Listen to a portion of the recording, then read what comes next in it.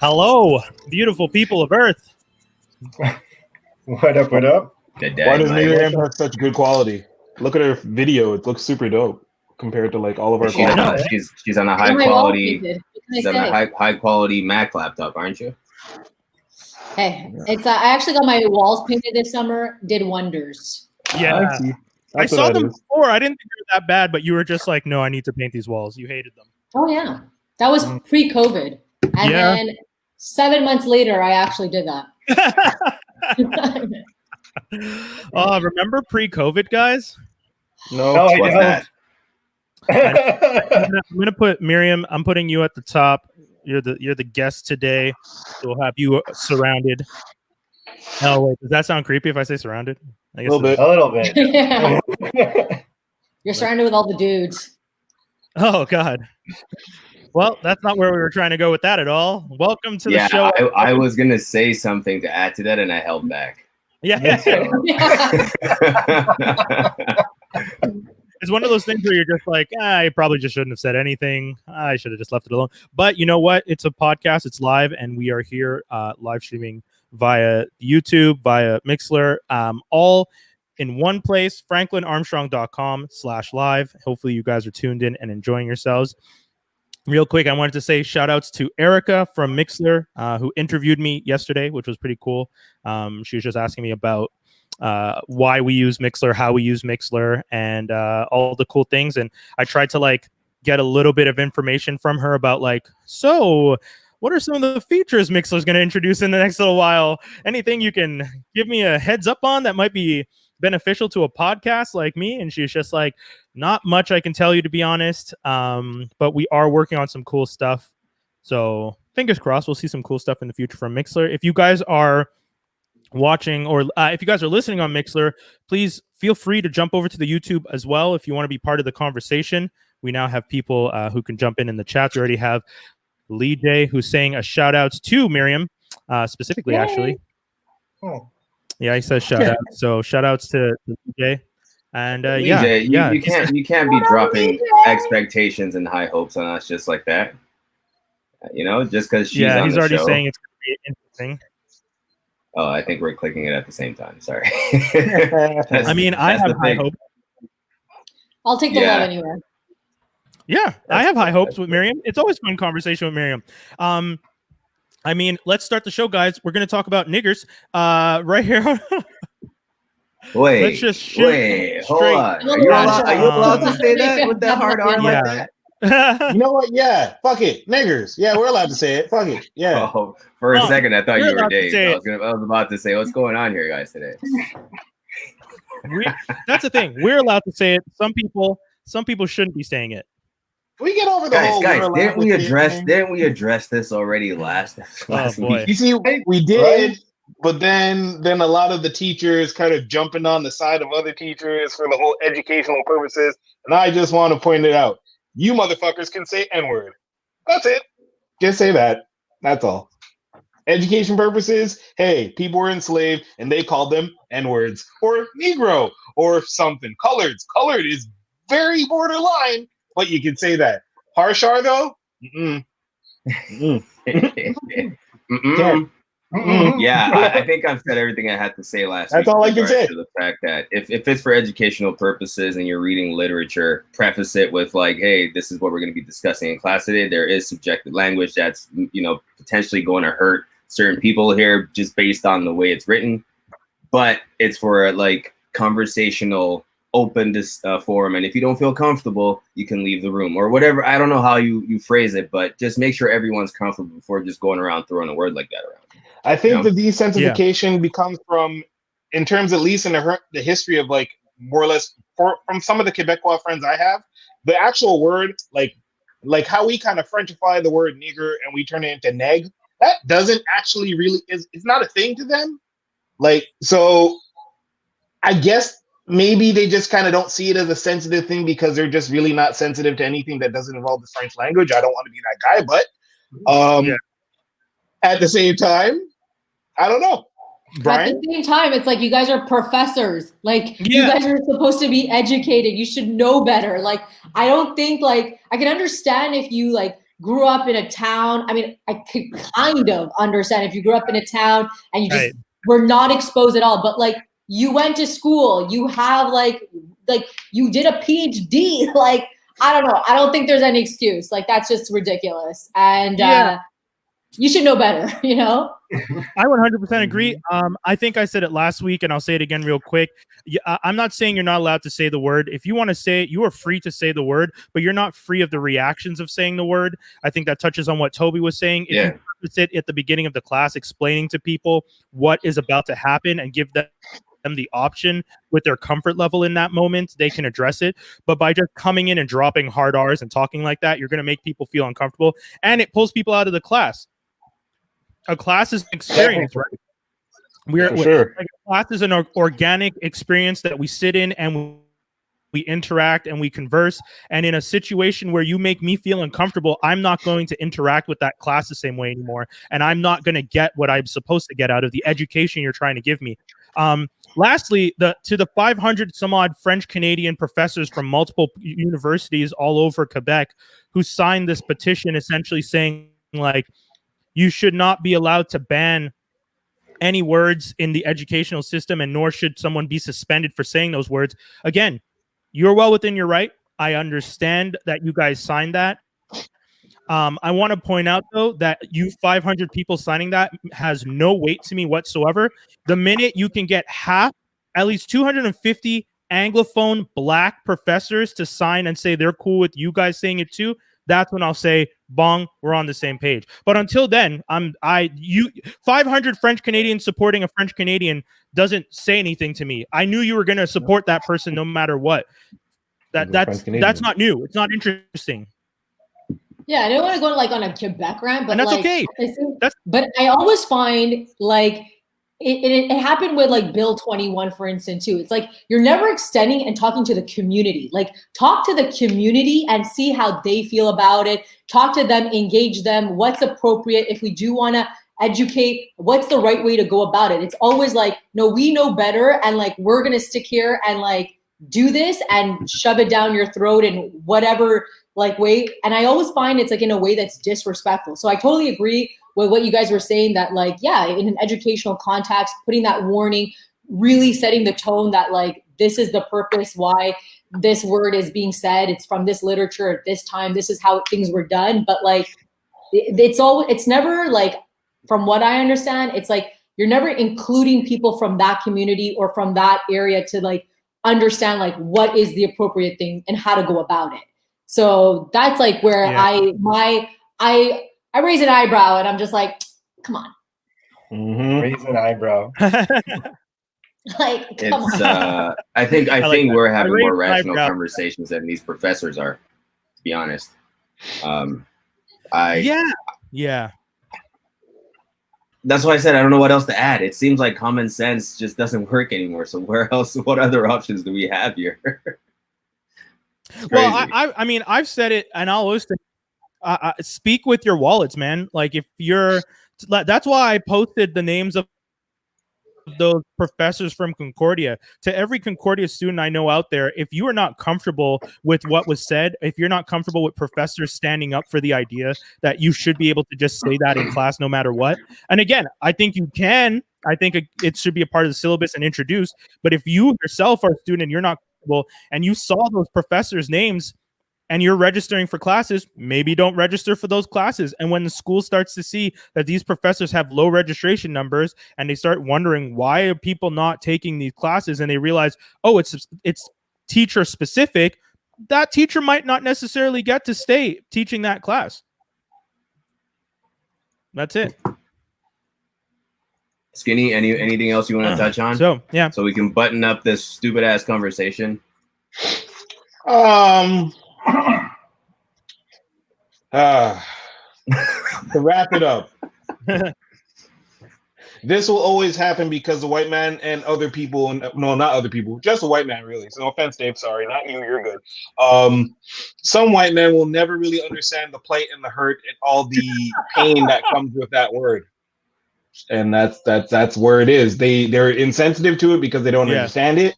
And they just see it as any other word. And to be honest, it's kind of like well, they can say it, why can't I say it? And it's really just a more, it goes beyond us and into a whole, they can do it and we can't, and power and a bunch of shit. So really, we're going to see this again in 10 years. And that's it. 10 years? Probably in another month. But yeah. Good point. If I'm wrong, I feel like I was gonna say, like, correct me if I'm wrong, but I feel like people are just tone deaf and think like that word doesn't have any relevance anymore. It's like, no, it's still like a word that hurts. It still carries weight. And I think that these professors that talk about it in so like intellectual ways, like they think that it's something so like in the past that it's not present. And it's like, no, it's still present today. So like, I think it's not computing as well. And that's what I meant earlier. It's like, you need to involve the community, talk to people that are real historians about it, that are part of it, like, you know, educate yourself. Yeah, there's already like we need to change our lexicon a little bit, but for lack of a better word, there is a real whitewashing with a lot of history too. So you want to be careful in that area as well, right? You do want to involve people who come from that background so you yourself can probably better understand things before going out there and preaching a gospel you know nothing about. Yeah. So I think one last thing too is that there is no equivalent word that offends them on the same level. So there's never going to be like much like Skinny was saying, because there's no word and because that word means nothing to them, it doesn't, they'll never feel the sense of like, oh, this is why they don't like it. You know, like can I say something controversial? Yeah, sure. Go ahead. I actually don't care if you choose to say the word or not, because for me, it doesn't have the same impact as it would, you know, someone who was in America and went through that. Right. Yeah. Yeah. So it doesn't, for me, I don't get the same impact from someone calling me that, which hasn't happened yet. But if it does, I might solve it a different way. But who on earth would you? Yeah. But outside of that, I think if they want to say the word, go ahead. Just know that you don't, like, your words mean nothing. We shouldn't give them so much power. No, at the same time. Can't open that door. I will not allow that door to be opened ever. No. Yeah, but let's say it is. I say for different people. It kind of already is. Yeah. Like for me, the first time I got called it, I was 6. So I was like 8, dog. Yeah. But who are you called it by, first of all? An old Canadian man who saw me standing next to a tipped over mailbox, and thought I tipped over the mailbox and said to me, little niggers causing trouble. And I didn't know what, you know why I have such a significant reaction to it. I didn't know what the word meant, and I had to ask my mom, and mom cried when she had to explain it to me. Oh, yeah, that's tough. Yeah, that for me, that's why it probably affects me differently to hear it or see it, or because something that was used as a weapon to kind of degrade me as a child, and my mom having to explain that, which caused her so much pain, because at 6 she never thought she'd have to have that conversation, and now was having to explain that.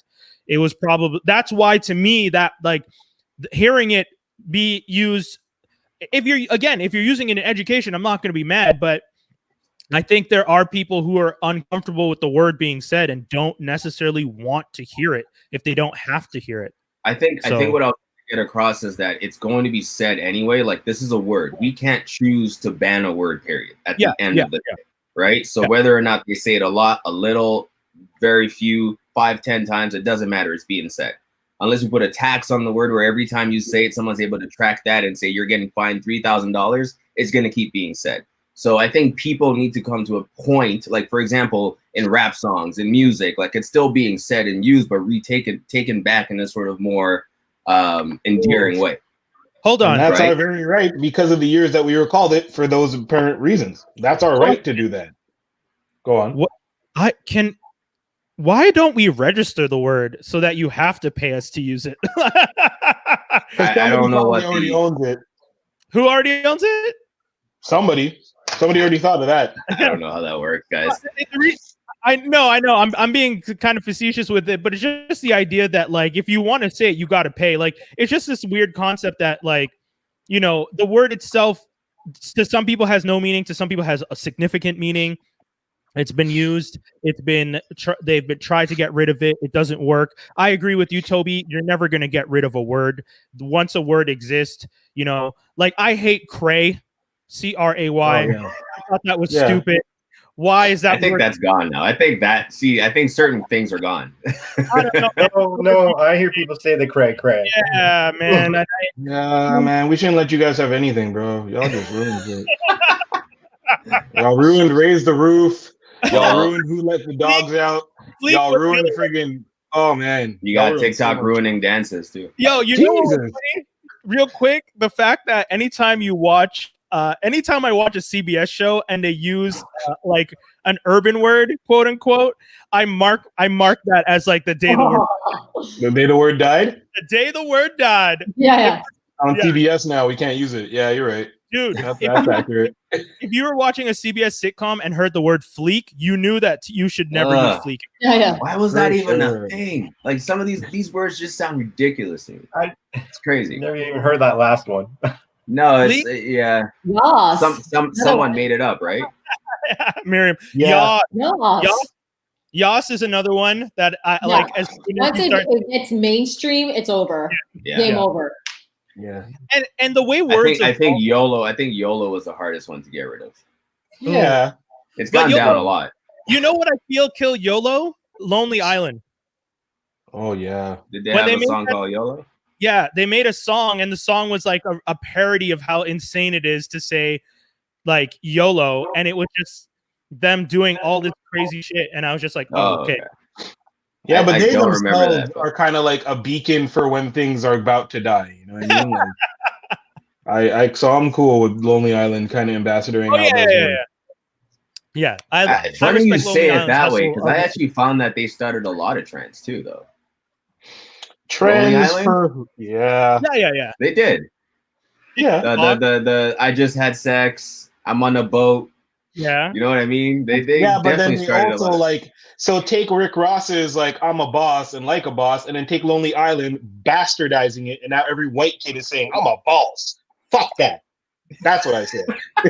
That's exactly what I mean by Lonely Island, where things go to die. Black people, kind of cool. Lonely Island, you got fucking. Actually, tell you what, Lonely Island is what birthed all those YouTube sensations that I can't stand. What's their name? Zach. And you know who I'm talking about, Brian? Those annoying kids. The one who went to the suicide forest and shit. Oh, yeah, those two brothers. Right. Oh, Jake Paul. Lonely Island? No. I would never, ever times 5,000 ever put them in the same stratosphere as Lonely Island, bro. You see their They're not even close. Go. Brian froze. I think there's Skinny thing though. Skinny, are you saying that, I froze? Am I back? Yeah. No, you were good. You were good. Am I back yet? Okay.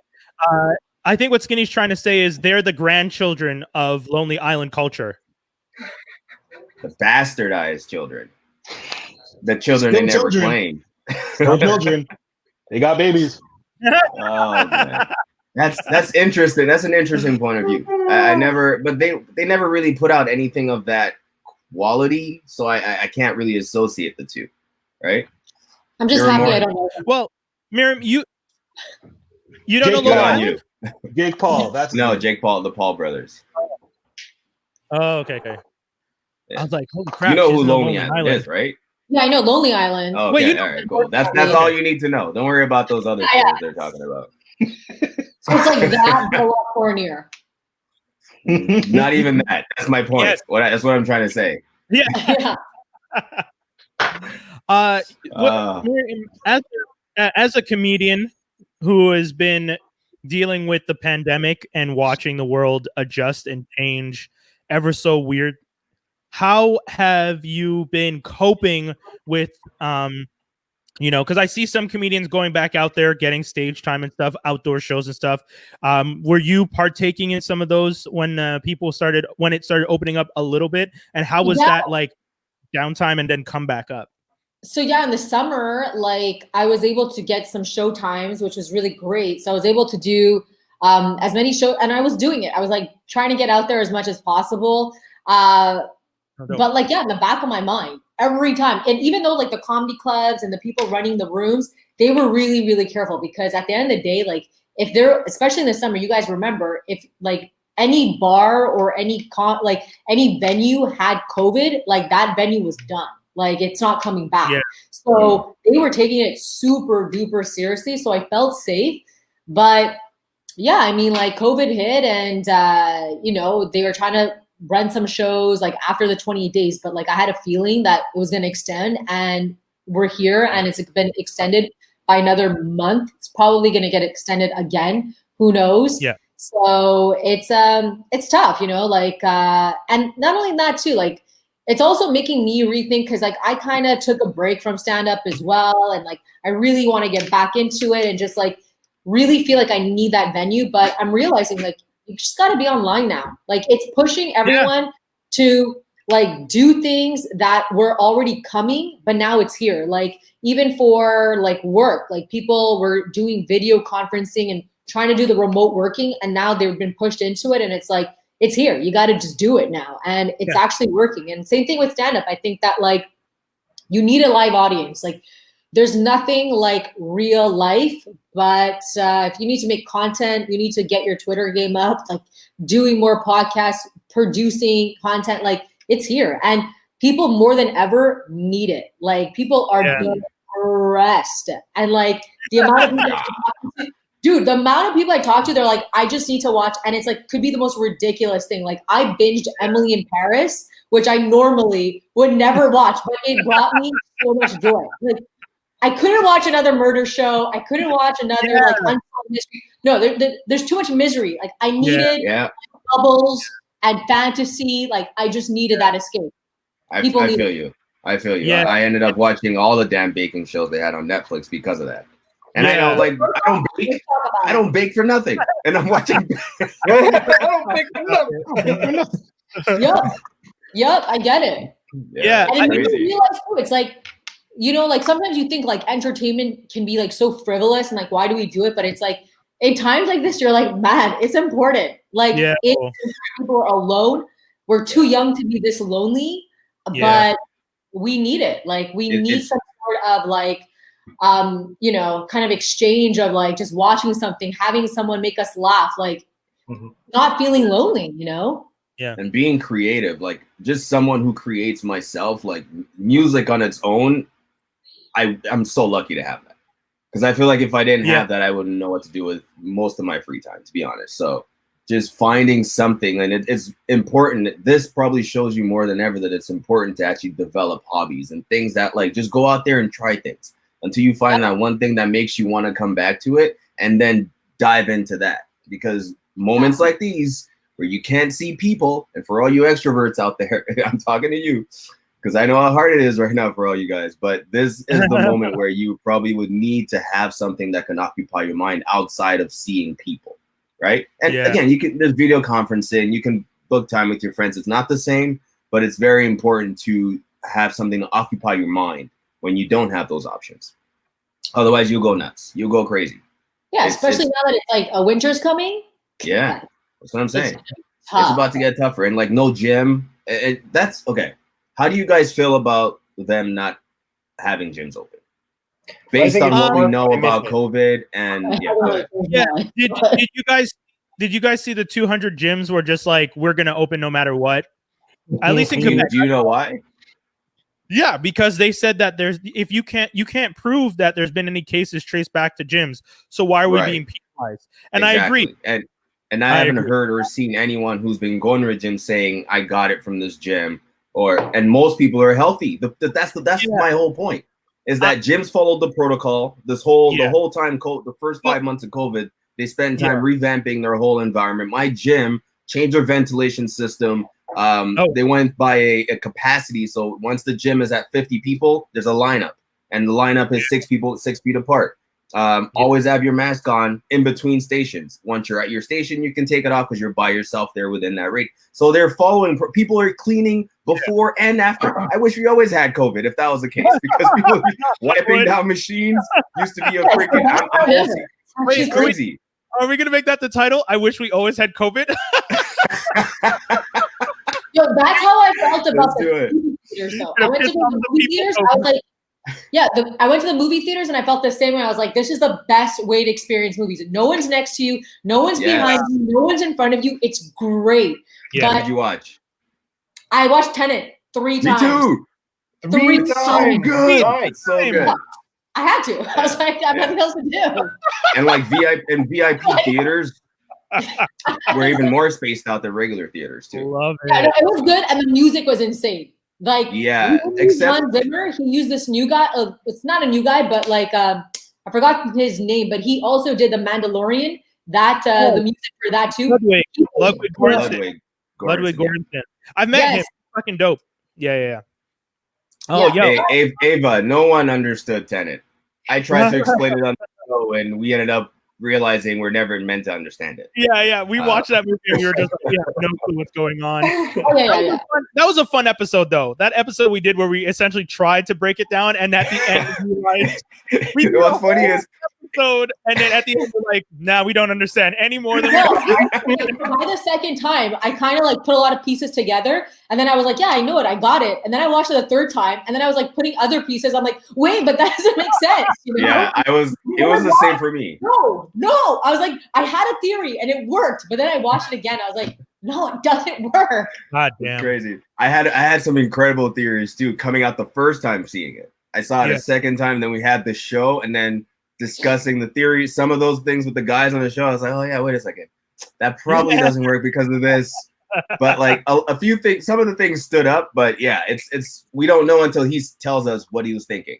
And he's never. I concluded like it's a really ambitious thing to undertake, that kind of time travel, like that back and forth. So he didn't get it at all. The theorem behind it, like I explained it on the show. There's the way he named things. There's a whole research behind it, but how he ties the pieces together, that's the friggin' part that doesn't make sense. Yeah. You know what, guys? We're already talking about stuff. So I figure we might as well go to a break and then come back from the break and go into View the Right Thing. Skinny, I noticed you didn't put anything down, but we can talk about the T.I.G.Z. like a preview at that point. Once again, I'm also going to jump on your. I'm going to jump on your Helstrom thing because I didn't see any. I didn't see any of the show except for the ending, and I know that the show's not coming back. So you saw the ending. Well, I mean, it was the a review at 8 o'clock in the morning. No, let's go to break. Let's go to break. We'll be right back. Don't go anywhere. Don't forget, you can always check out all things on franklinarmstrong.com. And then I'm trying to get my head in the space. Was like, now you a parent and you got kids. Like, I'm like, we gonna die soon. Like, what happened to our youth? Yo, every day I come home, I look at my son, and I'm like, yo, they let me take him home from the hospital, and just like, yo, it's so crazy. I feel like the whole experience about being pregnant, it's like you're pregnant, and then like when you're giving birth, and everyone's all like, you're like the main focus. The baby comes, and they watch you for 2 days, and they're like, bye, bitch. And you're like, that's it? Like you gone? You guys trust me? Like you're gonna let me raise this kid? Like it's so weird. It's surreal. Kay's got about 10, 11 years before she can even contemplate, even want to get into all of that. 10, 11 years. 10 or 11 years. How old is she? That's about to switch up. You guys can always check out Running with Wolves over on franklinarmstrong.com. Wheezy is nearing 100 episodes of Running with Wolves. I think they're celebrating, or they just celebrated the 100th episode of The Morning Detour on CKUT 90.3 here in Montreal. You guys can also check that out on franklinarmstrong.com. And yeah, man, we're going to go into View the Right Thing right now. So continuing Tenet, yes, let's jump back on Tenet for a minute, because Mariam, you got to see Tenet, and I just wanted to know, you saw it 3 times. As someone who saw it 3 times, Tobi had a theory, and let's see if you think this was accurate. The kid that you have in the movie is actually the partner played by Robert Pattinson. Yeah. That's him. I- You think? Okay, you're on that page. That's the theory that's out there online. I mean, it would make sense. I think it makes sense. Like he's British, you know. That's it. He's British. That's Maybe fine. British. He carries himself rich, you know. You could say that. It's just a picture of Robert Pattinson. He's British, you know. Yeah, he looks like he doesn't have a dad in his life, you know. You look at him like a father figure almost. Oh my god. You know, he admired him. He really observed what drinks he drank. I think it's because he made a really good point. At the end, he said, "I'll meet you at the beginning," and the beginning is like him being like a kid. Oh shit. That's an even deeper. Yo, okay, Tobi, you didn't say that line. I'll meet you at the. I did. I watched it 3 times. I didn't remember. I did. Okay. My bad. I'll meet you at the beginning, and that's the beginning is him being a kid. Wow, that is a take right there. Okay, I mean, I like the movie. I think it was solid. We talked about it on the podcast, so I won't go into too much detail. But can I say this? I don't know if I can spoil this. Wait, people, if you haven't seen it yet. So I had a whole theory. I was understanding everything. What really messed me up was the bad guy, the Russian dude. Like his back and forth wasn't making sense with the timeline. Because whenever but I came up with another theory that like you're never supposed to really know when he's going back and forth. And throughout the film, we never know if he's actually in the present time, he's coming back from the future, or coming back from the past. The only time we know he's in the present is the day he dies, like on the boat. Yeah. Like, that's the only time we know when he's still.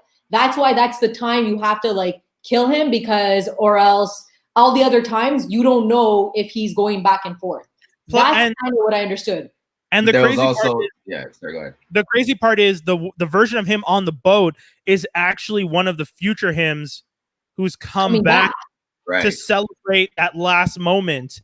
So okay, that's this is what I didn't understand. So then like he dies on the boat, the wife, the one from the past, she comes back on the boat and she has the week. But during that week, remember they went to Italy and like she first meets Denzel Washington's son. That's what I call him. I'm sorry, I don't know his name. John David. Denzel's son. Denzel She meets him and he's like, my husband's gone missing. I don't know where he is. But then he meets him in Italy.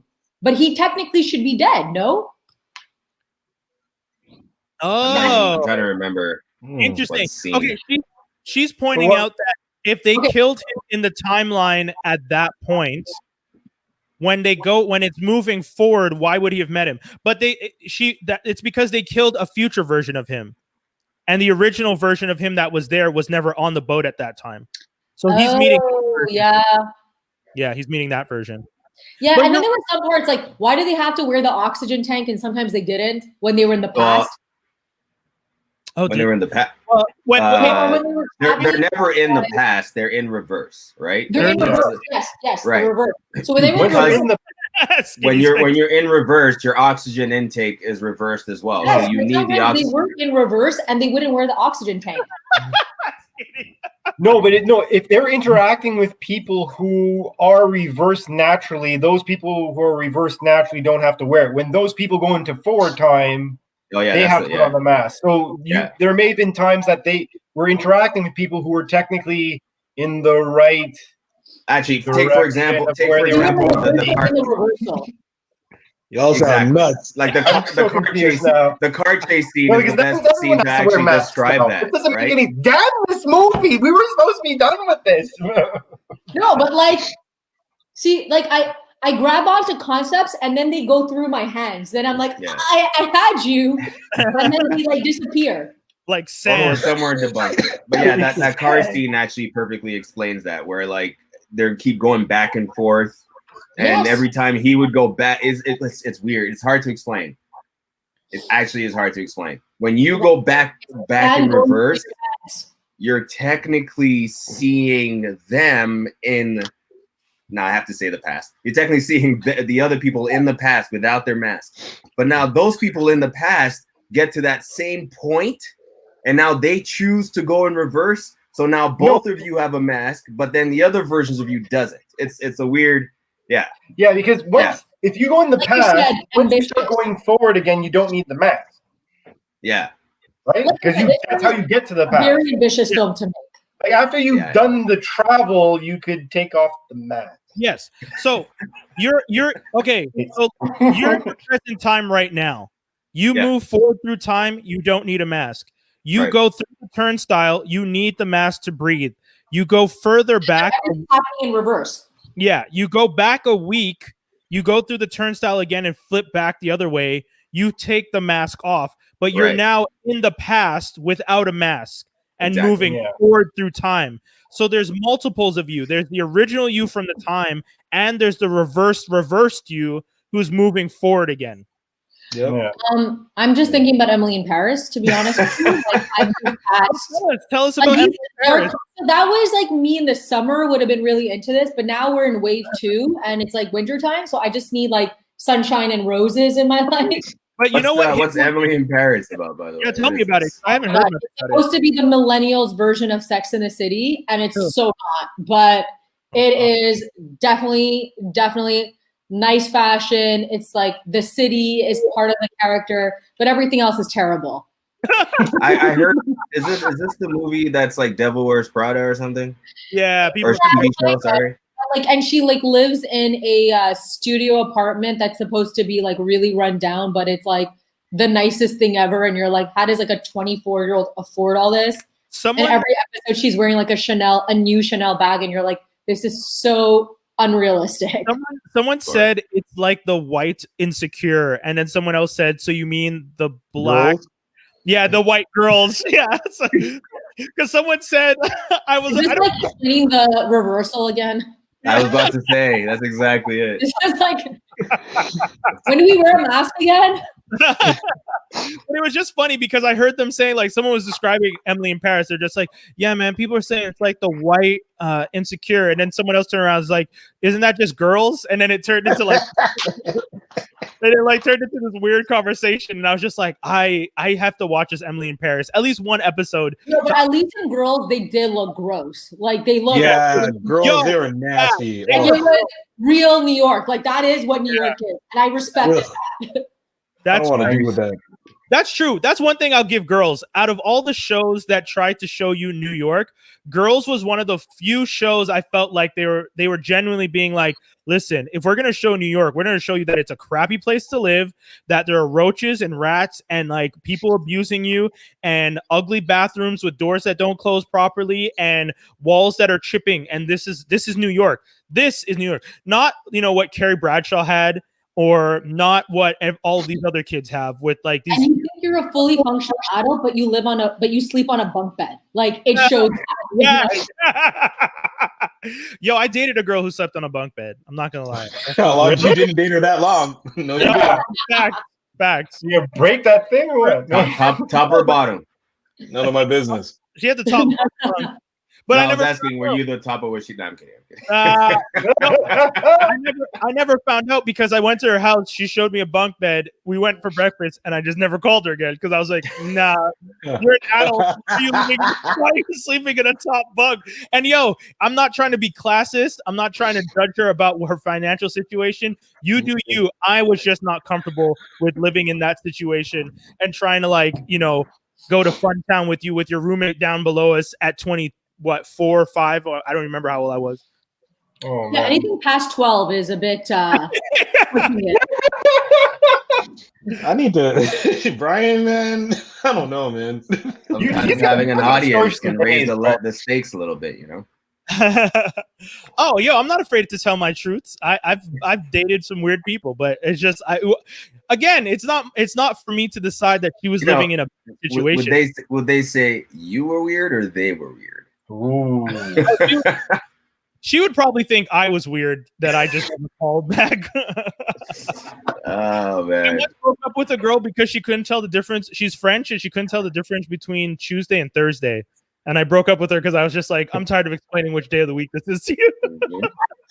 The one before Friday. That's a weird in their column right there. Thank Thank you. You know how many people have gotten mad at me for saying that story? They're just like, oh, you're so superficial. I'm like, I'm superficial because this idiot couldn't figure out what day of the week at 20 something. Like, come on, man. You're an adult. I know it's not your first language, but for God's sakes, if I have to learn Maldi and Mekadi, you can learn Tuesday and Thursday. Shut the fuck up. You can learn Tuesday and Thursday. That's good. And was this before the bunk bed relationship? It would have been before. These are the important questions. Intertwined. It was around the same time. It was very, very close in time. Yeah, Tobi, you said you watch Helstrom. Well, actually, we'll save Helstrom for when I talk about it. But I don't know why you're doing it to yourself, Tobi. But Quibi's dead. Yes, you were right. And because it's dead, I feel more comfortable now. Going, it's like when it was alive, I was afraid of it when it was alive. But when it died, I was okay going to the funeral and the showing a little bit. You are sick. Would you say, Mariam? Has anyone what? Was anyone shocked? No, I wasn't. No. Brian called it like months ago. The first day it launched and I watched it, I told people this app is going to crash. I said it. Yeah, their original concepts, but it's like what really rich, successful, out of touch people think that's funny. And it's like, no. Yeah, exactly.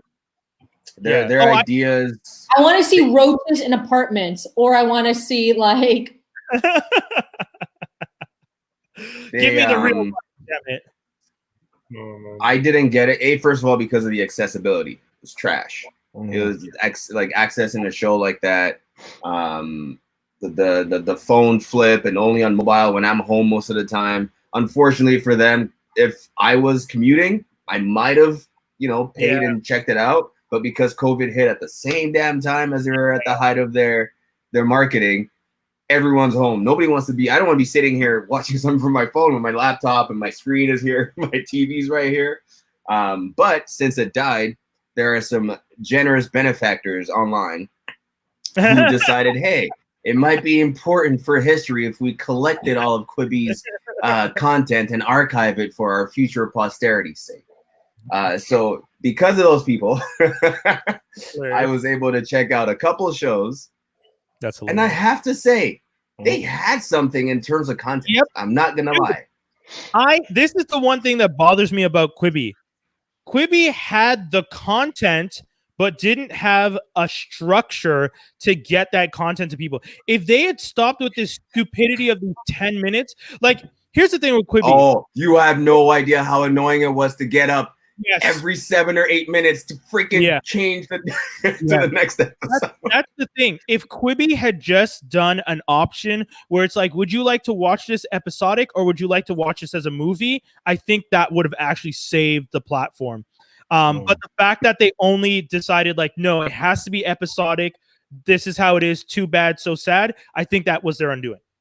Yeah, they could have definitely come up with a better plan. But I think that, you want to be first to market a lot of the times with these things, right? You want to be like the first person to do it, the first app to do this. And sometimes you might skimp on user experience to do that. And for me, honestly, in the industry I'm in and the things I do, user experience is very important, man, if you want to last. But they weren't even the first for most of the things they were doing. The turnstile technology was Echo. The short form was Echo, YouTube. Like, that's the other thing. Yeah, for sure. But the content to go along with it, they had the upper hand in, right? Yes, they had. So I think they felt that was enough. They could have waited to make their user experience better and optimize for different kinds of platforms, but they decided because honestly, I think it's a stroke of bad luck too. Chrissy Teigen. Yo, that's tough, though. They kept promoting her. I was like, what? They kept promoting Kevin Hart too. Did you watch? I don't know. I just remember seeing Chrissy Teigen, and I was like, no. Did you watch it? Yeah, I watched it. Yeah. It was really bad. Like she's a judge. She's a judge. Yeah. They come forward. And she makes fun of her, like her mom, her Asian mom. Yeah. Dude, that's the thing that bothered me. The whole show was just her making fun of her Asian mom every 2 seconds, and then like deciding, like she would always joked about her judgments being like, "Oh, I'm gonna vote for this person because I just like them more," and like she would joke like that, but then actually would like vote for them. And that's not fair. Yeah, I don't. This is not the user experience I was going for. Yeah. Exactly. I don't necessarily like reality shows and people. I don't. Chrissy, whatever. Anyway, but the 3 shows I chose to watch based on a Reddit ranking. I'm pretty big on Reddit when it comes to ranking shows a lot of the times, but they had Most Dangerous Game, Survive, and Wireless as in the top 5. Out of those, so Wireless is about a kid who his dad passed away. Him and his brother have been struggling with this. They became alcoholics, and it's kind of like we meet them in that state. And the main character, played by Ty Sheridan, texts and drives. From the moment the show starts, the movie, is it a show? I can't even tell if it's, we're just going to say movie show.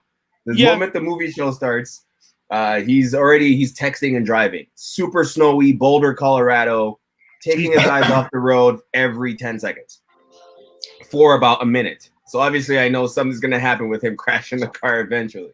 But the stakes and the points where the action breaks, I was actually okay with. Is someone playing? I can hear myself echoing.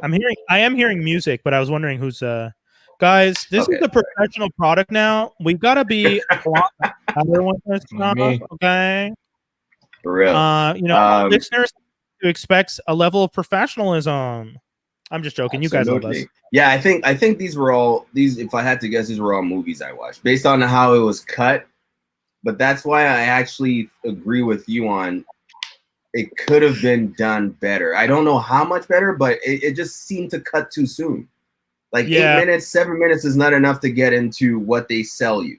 And you know what? Because they cut it into 7-minute episodes, they feel like they have to add a climax in each one to make you watch the next one, which takes away from I'm expecting it now. I'm expecting something bad to happen in this 7-minute episode, and the next one will be him or her trying to get over it. And maybe, it's like it became too predictable. Same thing for Survive with Sansa Stark. I forget her real name right now. Sophie Turner. Out of all, there you go. Sorry. Out of all these shows, this was probably my favorite one. Wait. Did you essentially watch the X-Men shows? Because you just talked about Cyclops, and now you're talking about Jean Grey. Yeah. I did. Did you do I that? did. Those were the no, and I'm about to talk about Most Dangerous Game with Baby Thor in it here, Liam Hemsworth. Little brother, Survive is it's about a girl who has suicidal tendencies and like long family history of it. Too much for COVID. Like I know, but here's why it's not too much for COVID, and why I kind of wish Quibi did this better is that it actually was done in bite-sized chunks where it wasn't constant, like it wasn't such a constant that you're always on edge. You're only on edge for those 7 minutes, and then you get a break. You were like watching, and you're like, commit suicide. Like we're waiting. Are you guys talking about them right now? It makes you want to because I'm so bored of this concept. Someone get her a rope. Oh my God! It's funny you guys are saying that, but on the show, it's you almost want her to do it with how much she wants to do it. I just want to remind everybody that we, as much as we're joking, of course we don't want that. We don't want people to, fictional characters who are being annoying. Sure, you can kill yourself. We don't care. But everybody else, we actually care about you guys. Yeah. Just a reminder. We're joking about the characters, not the actors. No, that's what I'm saying. Like you want watch positive things in life. Like there are still a lot. It's so true. That's so true because all 3 of the shows are death related. we need some comedy. We need some humor. We need some happiness, some joy. That's probably why it went on there too, because all these shows are dark. This is probably why you and a million other people were like, no, these shows are too different. They are dark. They actually are dark. That might be why, honestly. As I'm talking about it, I'm like, wait a second. Yeah, they're all death related. But anyway, they were fun. It sucks that these were like short, bite-sized short films, and Quibi and won the rights to them. I wish it was on another platform so they could be fully fleshed out shows and TV and movies. But unfortunately, it is what it is. Yeah, I recommend you watching it if you have access to those sources. One thing I definitely recommend watching Survive. Watch the one about suicide during your most depressing thoughts. Yeah. That seems safe. There is a happy and there is a huh? You might think she's privileged. Like, how could you want to kill yourself when things are so good? Like, what's going on? Yeah. Again, the stakes aren't high enough. You don't know the character enough to really buy into the stakes, right? There's no character development that you can do in that short amount of time. So yeah, they missed out here. So wait, these are 10-minute shows? Yeah, 10-minute episodes. Yeah. Episodes, yeah. Oh yeah, that's terrible. Yeah. These are basically like short films every episode. Yeah. Yep. Yeah, pretty much. Again, very ambitious to pull off. I don't know what these directors or these content creators are thinking. I just wanted to mention someone who's this. There's this famous guy that's always on the social medias that everyone listens to and gives two shits about when he talks. And he was saying, I'm trying to find the video because my buddy sent it to me. What's this guy's name? A lot of people, Brian. GaryVee. GaryVee. Right. Another motivational speaker guy. Yeah, so GaryVee did a clip about why Quibi shut down, and I don't think I agree with his take. He said the reason an app fails or a new product fails, in this case Quibi, he's comparing it, is because one, they're trying to fix something that doesn't need fixing, is essentially what it boiled down to, the way he was saying. And he was saying, he compared how, Tinder, for example, isn't doing as well because people slide into people's DMs on Instagram now, and how Facebook Marketplace is kind of chipping away at eBay. And then he said Quibi wasn't going to chip away at YouTube. And I listened to him and I understood the point he was trying to make. But at the end of the day, I don't think of Quibi as trying to compete with YouTube because, for example, we're on YouTube right now. Like, we are 5 friends who have a weekly show and discuss things and have access to putting up our own shows whenever we want. Whereas Quibi had fucking Sansa Stark. Like, let's not pretend that you're man. Like, I'm not going to say that, Quibi was trying to compete with us. No, in the sense that everyone's competing for your attention right now during the pandemic, sure. But they were trying to produce high quality content. And I do honestly believe if people had been able to do this on a commute, they might have had a chance. But I think so too. Overall it's model, part of the bad luck. For sure. Yeah. The overall model wasn't great. But in the context of a commute, I think maybe it would have done a little better, but that didn't work out. Just watch YouTube. That's exactly. Find your favorite YouTube show. But if you ever need a use case in life on how to burn $2 billion in 6 months, now we have one, right? Yeah. Watch your favorite YouTube. Fired? Yeah. It's done. Katzenberg, dude, you know what's crazy? There was articles talking about how Katzenberg didn't understand the industry the way that the younger people in the company were trying to explain it to him. Like there was one article that explained that there was an African American news show that they wanted to do, and that the Katzenberg found that the journalist didn't look professional. And the woman that was working with Katzenberg is a person of color, and she realized the only reason he didn't find the person professional is because the person had an afro. Okay, seriously, like in 2020, like, come on. But that's it. Katzenberg's old school, and I don't even think Katzenberg was trying to be racist. He's just so old school mentality that to him, because, and Katzenberg, it's unfortunate that this is the world you grew up in, but it's the world you grew up in. If you spent your entire life being told an afro is not a proper hairstyle for a professional, and all you grew up with was watching people like Walter Cronkite and Dan Rathers, then I would understand why a guy with an afro freaks you the fuck out. But it's similar to if there's visible tattoos, right? Like, I'd be unprofessional if there's visible tattoos. That's still a thing. But in 2020, I don't even understand how you could start a business and not do the proper research on your demo and get to understand your demo, period. before you make decisions. It's the weirdest thing to me. You're just blowing money. I guess you have money to blow. It's crazy. Yeah, he did. He was rich, and he reached out to all those industries don't have the money to blow because every show is canceled indefinitely.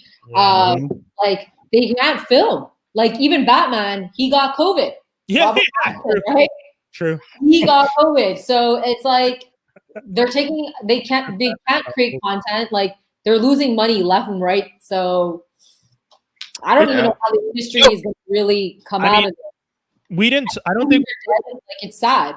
Yeah, I don't think we put it in Geek News, but CBS announced that they're cutting back their order for all their TV series this year because of the production delays that are going to happen due to having to follow all the COVID restrictions. So they have a ton of reruns on TV. Show is they put out a release like a few weeks back that they said every single television show is canceled indefinitely until they're able to start filming. Jesus. And then that's when society goes crazy. Well, that's when YouTube content creators are actually going to be able to come up with their come up. So it's like I think there was ever a time. Yeah, this is really the time. This is the time to create content, be really disciplined about it. I need to start getting on that. I'm so bad at that. But it really is because, we're not competing against, it's not about how much money you have. Like if you can't gather a big group of people and film, whether it's a $20 million set or a $500 set, like good luck. Yeah, man. I mean, it's going to be crazy. You're right. That's a really good point though. So I feel like YouTube, Instagram, and hell, even the Verzuz, Skinny and I are going to talk about Verzuz real quick. T.I. versus Jezzy, but that's the type of content that is going to blow up in this new normal because it's what's happening. It has. We've already seen it. Yeah, exactly. But T.I. versus Jezzy, Skinny, you and I were talking. This is official? Yeah, this is official. I'll have my points about Verzuz, which I think since Apple took it over, it's kind of gotten I haven't tuned into any. I will turn into this one because it is T.I. versus Jezzy. This is after T.I. refused Busta Rhymes. Yeah, how you gonna Busta? Get out of here. Because he's afraid. That's why. Hold on. Time out. Go on. Back in the day, was it T.I. versus Jezzy or was it Jezzy versus Gucci? For the South. For their South thing? It was wait, hold on. Right, I know there was a cross section somewhere. I just don't know if this was the original. It was T.I. versus Gucci versus Jezzy because of T.I.'s song "I Like My Beat Down Low," and "I'm a King." But then he has the Beat Down Low remix, which Jezzy ended up being on, and that's apparently where they squashed their beef. But yeah. Okay. All right.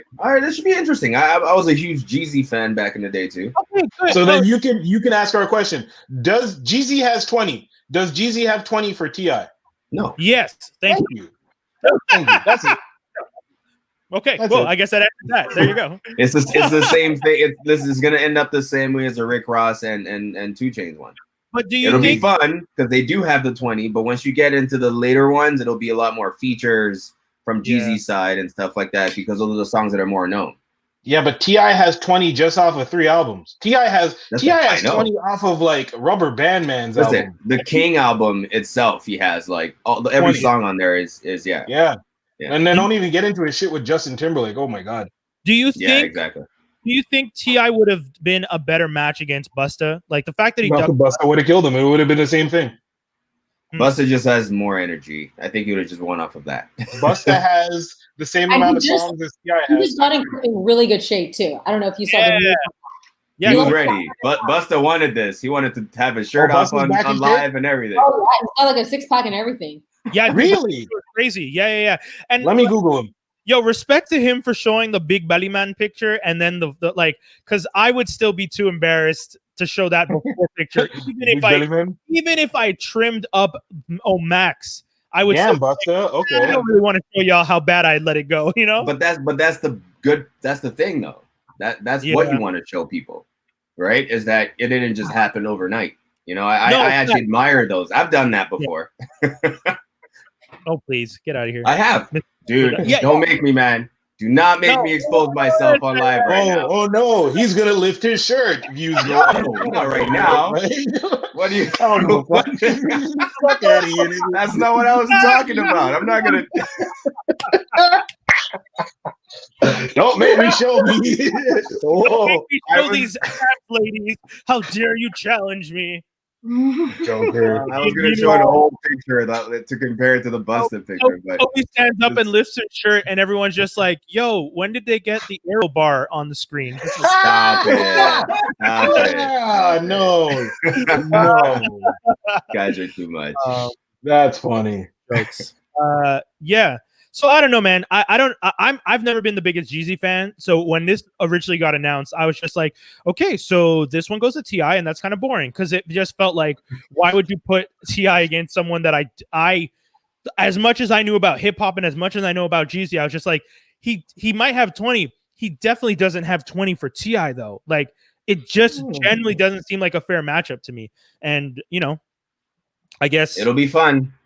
I guess that's what it's come down to, right? It's not about a winner anymore. I think when it started out, maybe people were like, this guy's gonna win, that guy's gonna win, and some guys go into it with the whole competition thing, like T.I., super hot on the trails of a Verzuz for the past few months. But outside of that, most people are just like, I'm gonna bring my 20, you bring yours, let's drink and party while we do this, I gotta say though, if you do Gladys Knight and Patti LaBelle, it's definitely not about a Verzuz. It's just about playing music. Because ain't nobody out here trying to be gang Gladys Knight. You know what I mean? Like, because it's Patti LaBelle gang all day. That's why, nigga. What do you mean? Yo, you want to know what? When I changed my mind about Verzuz, was the Snoop Dogg and DMX one. Yeah, which I thought was going to be horrible, and DMX was going to suck, and he doesn't have enough to match Snoop, which he didn't.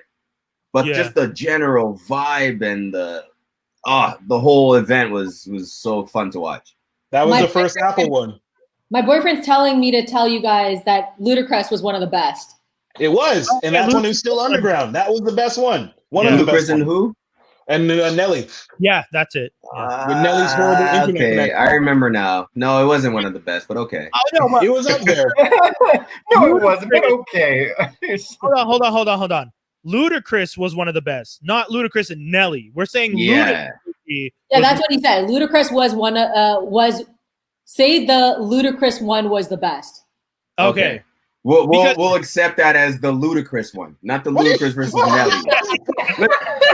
The first half of it was good, and then Nelly just nosedive towards that second half, and it was all about. Well, that's when it was still raw. That was the rawness of Verzuz back then. Which now, so I'll show you the difference. Old Verzuz, you had motherfuckers embarrassing other people with shitty internet. Nothing mattered. People came out on top, and that's how it was. You got clowned in the comments. New Verzuz is DMX and Snoop Dogg holding hands. Yeah. Pretty much. Because after that one, they realized maybe competition isn't the way to go. Boo. Someone might not bring it. But I think, that's one of the things that kind of sucks, though, because I agree. In hip hop as a culture, we thrive on the whole Verzuz and battle thing. And like, I like what Skinny's saying. At the beginning, it was raw. Like, you guys, you had bad internet connections and people just like getting bossed by other people because they just couldn't play their songs properly. And we were all laughing about it, but at the end of the day, you're just like, that was a fun experience. But now you have really nice studios with people getting massages and Ciroc on ice, and you got lights and everything. It's just like, yo, hip hop, like, you can't do the evolution of hip hop started at the bottom and is at the top in 5 episodes. Yeah, but that's they're only talking about Rick Ross here. He's an exception. He does whatever the hell he wants. And technically, the Patti LaBelle Patti LaBelle versus Gladys Knight was like a 3-way because Dionne Warwick showed up. Oh, and like you can't tell Dionne Warwick to go home. Yeah, fact. I mean, right? So it's like, what are you gonna do? It's messy. So T.I. versus Jezzy is coming up. I don't remember the date exactly. It's November. It's like deep November, like November 14th or some shit. Oh shit. Okay. Oh yes. Say, will it be on Quibi? Yeah. That's the kind of vision Jeffrey Katzenberg needed. Yo, imagine It would have gotten views. yeah, true. On Quibi, divided every 10 minutes. Yeah. Having every around. Oh my god. Yeah, Dave is over here dying to tell us about a movie we saw 2 years ago. Wait, what movie is it? Which movie is it this time? Go on. I like how we're all about to jump on it real quick. Oh, now I'm just gonna give it a thumbs up or a thumbs down. Oh, so you didn't put middle. thumbs down next to it. So I thought you were doing a full review of Tomb Raider from 20. No, I thought you guys didn't watch it before, so I was like, oh, we never watched it, so I guess I'll watch this because I have nothing to watch right now, and it's the only thing that was like catching my eye last night at like you 10. can't tell me you have nothing. There's like we've told you about 100 shows, man. Listen, I just rewatched The Shining, but I'm not out here trying to explain it watch to you something guys. different that you guys didn't watch. Oh, you I want don't want to watch Cobra Kai now and say yes or no after you guys have like went over 2 hours talking about this show? Dave, hold on. Okay. You know how many weeks led up to us actually watching Cobra Kai? We talked about. We talked about. I don't want to watch that crap show. Well, not crap show. That's not a lie, but I don't feel like watching that. Show. You have no choice. You can't complain about it. Did you finish Lovecraft, Dave? Whatever. I watched the movie. What do you want from me? I watched the movie. I'm gonna talk about it. What do you want? Okay. You know what? I do want to ask you a question. Hold on. Hit us, Miriam. What? What'd you say? Oh. I said Tomb Raider is my Emily in Paris. You just have to assume it. It's just what you're feeling. It's your escapism. Thank you. Someone who gives me a chance. And don't judge me for I'm just fucking. Well, whatever, man. It was honestly, it was an attempt at Casino Royale, Tomb Raider, and it missed the landing hard. Can I ask you? Okay, did you like this version of Lara Croft? That's a legit question. This one, no, I will say this: it does destroy Angelina Jolie. I'm sorry. Of course, like Angelina Jolie was hot and all, but like this was actual like Indiana Jones. What's that movie with Nicolas Cage? National Treasure. Like actually trying to do something, which I appreciated. But, yeah, the action definitely was hype. Like felt more intense. Yeah, a little less believable in some areas. In many areas. I have an issue with like small people taking down big people to a certain extent where it's not realistic, whether it's a guy or a girl, and it's just like, come on, like. Well, for me, it's more like when you get stabbed through your stomach, and it's just cool to pull it out and walk around. Is not a thing. Called adrenaline, Dave. Come on, man. Shit. Oh, I've cut myself. I didn't all of a sudden be like. I can now lift the box. Like I don't. Yeah. It was definitely it was also an ambitious take on the franchise. Yeah, because we're on this ambitious. But the thing that sucks about it is that overall, it was actually a good build up to them potentially having a bad guy, but they decided to make that for the sequel. That's not going to happen. Yeah. It was also based on the game, right? So when you have something like the concepts, it was way closer to the game. Yeah, exactly. I forgot this movie happened, bro. I had to Wikipedia it like 4 times. Yeah, I just remember that actress, and I was like, "She's no Angelina. Like, it's not happening." No. I think they wanted to go a completely different route and erase Angelina from. Yeah, otherwise you're gonna keep comparing. Definitely, she was great. She was great in. She made the role so like iconic and so her that no matter who is gonna fill the shoes. You're always going to compare them to Angelina. Oh yeah, it's like the Joker, right? Some people just make it that iconic that whoever comes in next will always be compared. You know? Yeah, and there's the argument about the Joker who is always be better. Sorry, Mariam, I didn't hear that. I said you're always going to be compared to Jared Leto, and know that you'll always be better. Yeah. Oh my God. If that's the bar we all pass. No, remember that's what we agree on.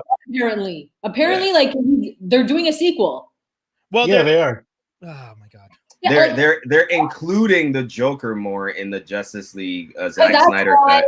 That was his original remark. That like the reason why it was bad was because they didn't show more of Jared Leto, not the bad makeup. or the makeup was bad. Or though my favorite laugh, because we've had this discussion on this show we named all our favorite laughs, and I said my favorite laugh was his. And I everyone don't like his laugh. I didn't like it. No, I don't like the tattoo on the hand and no. That was my favorite. My favorite has to be Joaquin Phoenix. Yeah. Because of how uncomfortable it was. Yeah, it was pretty painful. But I still like Heath Ledger better. He's crying inside. Like that laugh, so happy. Like you're disturbed. Yeah. But the Heath reason Ledger's is the one that made you scared. Crazy. Yeah, Ledger's made you scared. I like Leto's because Leto's had a story behind it. Like what Phoenix had a story behind his, that he's has like a condition. I don't Heath Ledger, you don't really get much detail as to why his is that way. But Leto was just like, all my teeth got bashed in by Batman. I couldn't laugh anymore. I got the tattoo, and now I laugh through this broken smile, and that's why I sound the way I sound. And I always thought that was such an interesting take on doing it. This is like what Jeffrey Katzenberg would think is like what the audience wants. I feel like, this is new age Joker when it's like, no. Getting it wrong once again. There you go. You know what's crazy about Heath Ledger? Heath Ledger. I did too. I'm not the only one. Heath Ledger's Joker was like, he was trying. That's why what's funny enough, I love this Joker, but when I saw Joaquin Phoenix's, I was like, this feels more real and out of control to me than Heath Ledger. Heath's Joker, I can't for some reason pronounce it today, but his Joker was always about like, I thrive in chaos and I like to see things in chaos and things burn and anarchy. But he was so calculated. Everything was planned to a T. And right from the beginning, that bank robbery scene was planned to a T. Dude, the bomb. But that's the commentary that everyone else is living in the chaos because he's controlling it. Like he's always the Joker's always been a double standards asshole. I mean, let's be honest. Right. But the Heath Ledger's Joker, the bomb in that guy's stomach in the Nolan film, and the fact that he knew he was going to get caught and brought in, even though the scene where he gets caught is like so insane. You're like, there's no way he planned to be caught this way, but he's caught and plans his escape. It's like, yo, that is some He already knew how Batman was going to react. I got to say, it was Nolan and his whole crew. The writing for that was excellent, and the acting was so good. And it's funny though that you think he planned that. I don't think he planned that. Dave, let me finish. Sorry. Oh, sorry. No, I was just gonna say, like with Heath Ledger, that's why I think personally he's better than Joaquin Phoenix because he was the first to do it. He was the first to dark with it and like bring that light. And even though Joaquin's was incredible as well, it's like we're just as audience wanting more, right? So it's kind of like giving us that something extra, but like Heath was the first to do it. Yeah, and if we went in a Joker versus Joker in real life and you have to battle, Ledger's Joker will destroy Phoenix's Joker. Yeah. Phoenix's Joker is just someone with a mental issue who's actually acting on impulse, right? Yeah. Versus him who will, so. He's like an evil. Yeah, evil genius is right. What were you about all I was going to say is it's funny that you guys thought that he calculated that. That was his backup plan, bro. He was going to try and kill Batman, and because he knew that the only other ultimatum would be him going to jail, he did that plan. He would have killed that guy anyways. You're right. Yeah, that's fair. That was what I was trying to say. At the end of the day, he's killing everyone, and that's the main point. Joker. Oh, someone just told us Jack Nicholson was the first to do it. We know. We're not. No, I used to work with this guy. I don't know. I'm telling you guys, it's working. That's hilarious. That's awesome. Speaking of Joker, I made a Joker background the other day, and I didn't put it up, and now it's kind of a perfect fit that we're discussing him. Guys, we're not like comparing them in that sense, right? We're just kind of talking about their differences. Oh, maybe that's. I accidentally put that up and closed it. But yeah, I mean, for me, I know. Yeah, I guess we can't really play the game of comparing because each Joker comes into their own world, and it really is a very different situation. But I do think that each personality fits their world really well. Yeah. Except for Leto, even though I like him. Yeah. He does not. He definitely fit. No, he fits that world though, because that world is kooky and random. That whole Suicide Squad world. Yeah. It's just I don't think his Joker fits in the Justice League world though. That's where I have a big issue. Yeah, exactly. Right? That's it. Like for me, the overall DCEU that they had planned, that version of Joker didn't make sense, and that's the part that was annoying. Not with the kind of villains they have. No, yeah, exactly. Are you kidding? Like you had Zod with Man of Steel, and that was like a very serious thing, and then you have this kind of golden machine, purple Lamborghini running around, just like, what is happening? Yeah, no. Oh my god. But yeah. Okay. How did we even get on this? Let's talk about Helstrom. Yeah, let's get to Helstrom. So Helstrom came out. It's on Hulu. I think we got 10 episodes. Solid story. I like the writing. I think the actors do a good job. Damon and Anna, Satana, but she's called Anna in this version, have such an interesting relationship. I like the development of how they tried to put in the elements of demonology and like the whole thing of demons existing in the real world as a physical concept. Like there's something that latches into your body for it to be part that takes over. At least for one thing that's interesting and new that this show did that I found interesting, that when I think back to other possession shows or movies, and I'm like, interesting, they never touch on this point, but when you exorcise the demon, for example, out of someone's body, people think, oh, it goes back to hell and stays there. But in this show, they go, what we're doing is temporary. We can take him out of this person, but he's only going to go back, get stronger, and come back next week in someone else. Yeah. And I like that. That was good. Yeah. So that makes you go, oh, the stakes are already pretty high. You know, what do you do? Yeah. Like, what is the answer? And I think that's the whole concept on the show is what's the most humane way to go about what we do? That's one of the general questions. And I like the way they broke it down where, you know, you start with Damon, you get introduced to Anna, you see such a separation in the way that they both live and understand life, and you see that the reason Anna is the way she is gets explained, and you see the way that Damon, the way her story is dark, and I won't go into it because I definitely want people to watch the show for themselves, but Anna definitely goes through a lot of stuff, and she's dealing with her own, no pun intended, but demons. Like it's what it is. The tale of two cities, right? It's like how you were raised together for a few years and then you're separated. You're obviously going to have different life experiences that make you who you are, and you know it plays out. It plays out pretty well here. And I like how they use the secondary characters a lot of the time.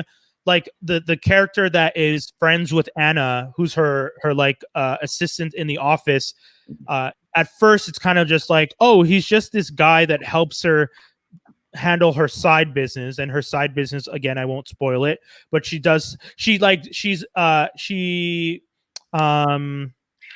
what is it called when they review art to tell you the worth of it? Curator, like a appraiser. Yeah, so she's an appraiser, curator. It seems like she's a curator and an appraiser. It seems like she does both. Like she curates what seems to be a collection and then appraises the value of these things. And she has a partner that helps her. But then you also find out that there's like a side gig that they help each other with that is like, oh, this is pretty interesting, and how that all ties in together and the judgment that comes from those things. There's a lot of things that I think the show covers well. Tom Austin does an interesting job as Damon, especially for a character that in the comic books you don't really care about. Like, I don't know about you guys, but like Damon Helstrom was not my most interested. No, he's a Ghost Rider character. Yeah, he's Midnight Sun. That's it. Nobody cares about Helstrom. Yeah, they're being portrayed on the show as, I mean, for lack of a better analogy, the children of the devil. Let's put it that way. Yeah.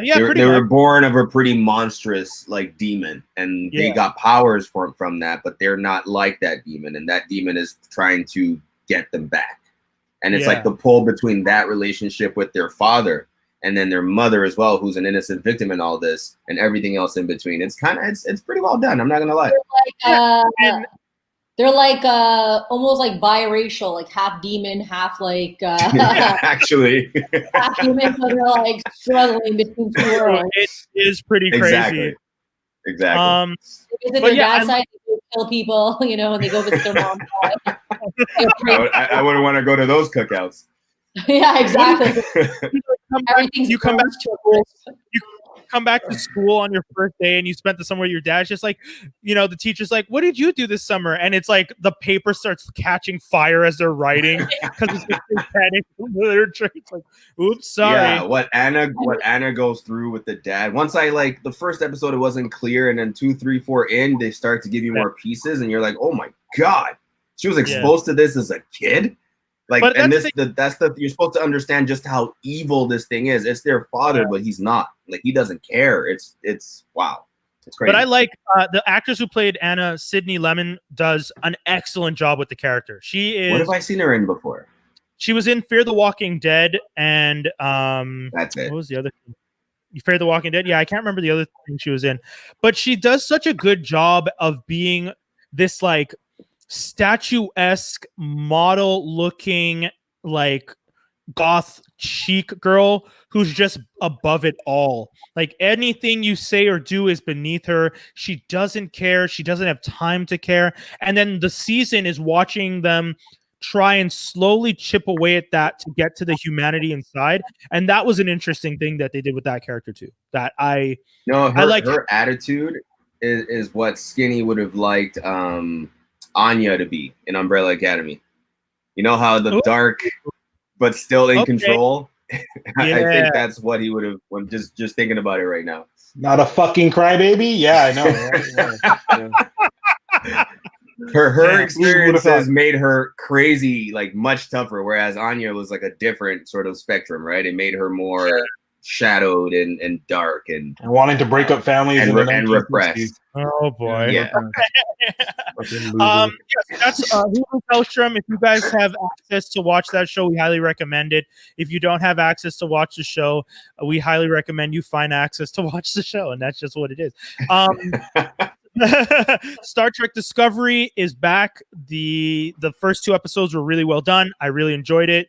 I don't really have much else to say other than I'm glad that it's back. The show Thanks for reminding me and making a reminder right.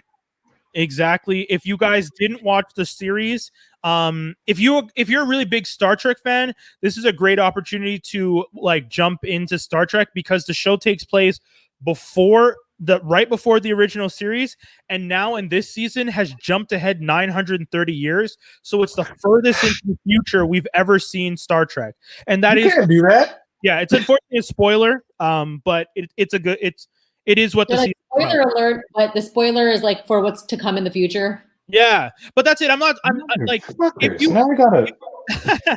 you watch the original Star Trek. Because there's a lot of fans who are annoyed at the fact that the series doesn't explain why you don't have any of these characters in the Star Trek timeline. So they did. That's what I loved about it. I hated Star Trek before this, guys. By the way, I was not a big Star Trek fan, and I love this show. Yeah. And for the diehard fans, they really went out of their way to be like, hey, we figured out a way so that we can continue telling the story and take it out of the standard canon, if you will. So what they're doing now, super cool. I'm really excited. So if you guys are looking for something to watch, I would highly recommend binging season 1 and 2 of Star Trek Discovery and then jumping in to the new season. So you're saying that this season it jumped ahead? It jumps ahead 900 years. Yeah.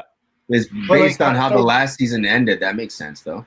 Yeah, exactly. But I don't understand. So wouldn't that mean all the characters you've been following for the last 2 seasons are all dead? Nope. I can't explain anything. Watch the show. If I tell you, it spoils it. So go watch the show. I'm reading it. And that's how we sell people, by asking the right questions. Go watch the show. Skinny likes using his imagination and reading it. Yeah. Nope. We're going to get to our next segment. You know how we do, ladies and gentlemen. Geek news and rumors. We got a long laundry list of stuff that we're going to jump through.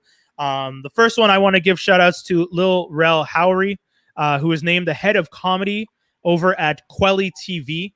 I know most of you have probably never heard of Quelly TV, so and that's okay.